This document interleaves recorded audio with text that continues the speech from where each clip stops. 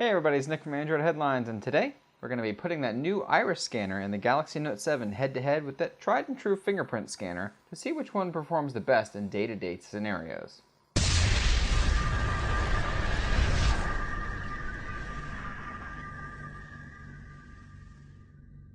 One of the biggest new features of Samsung's Galaxy Note 7 is undoubtedly that new iris scanner, which allows you to unlock the phone by just looking at it. This plays on some of the more gimmicky eye features that Samsung has tried over the years, but this time around is something truly useful that adds some real value to the phone. Starting off, let's take a look at security. The fingerprint scanner allows you to put 10 fingerprints in the phone, meaning you can have both thumbs and index fingers, for example, and have other folks put theirs in as well, like your significant other or maybe somebody else that you trust. The iris scanner, on the other hand, only supports a single pair of eyes, so only you can unlock the device using this particular method. While it might seem like adding iris scanning for enhanced security is just a gimmick, consider the fact that Samsung has its government-certified Knox security suite on board every Note 7, and the internal storage is encrypted out of the box as well.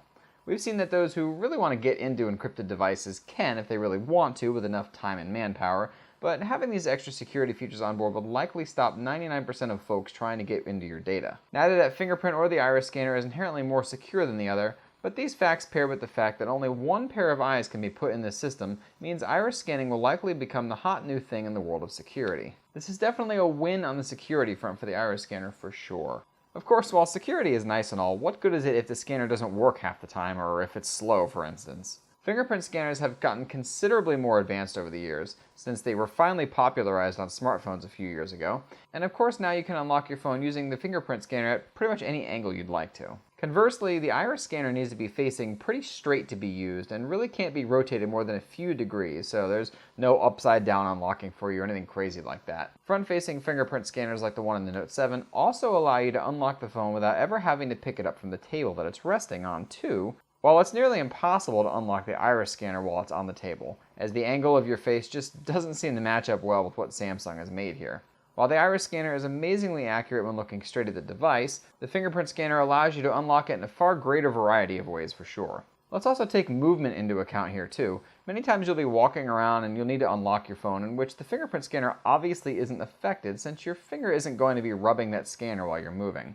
The iris scanner, however, is much more sensitive to movement, and while I was able to unlock the phone plenty of times while walking, it's definitely not made to work like this and will not always work. Another win for the fingerprint scanner here. Speed and convenience also come into play when thinking about how we want to unlock our phones, of course, as half the time it seems new phones are always being touted for their improved speed and power.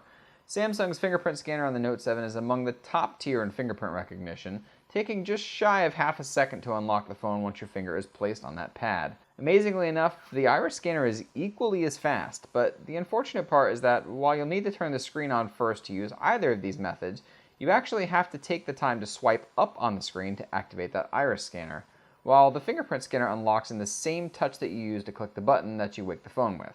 In normal unlocking, the fingerprint scanner definitely wins. Where the iris scanner might be a little more convenient though is when unlocking straight to a notification, but this seems to be kind of inconsistent. Double tapping on some notifications will automatically activate the iris scanner, but some others will require that extra swipe up we talked about a second ago, which means maybe half the time the iris scanning method is better, and the other half the time it's a tie with the fingerprint scanning. Both methods can be used in any light thanks to the IR camera on the iris sensor, and obviously light doesn't affect the fingerprint scanner. Overall, it seems like the iris scanner isn't here to replace the fingerprint scanner, rather just to help add to one of the many ways that you can securely unlock your phone without having to enter that annoying PIN or password every time.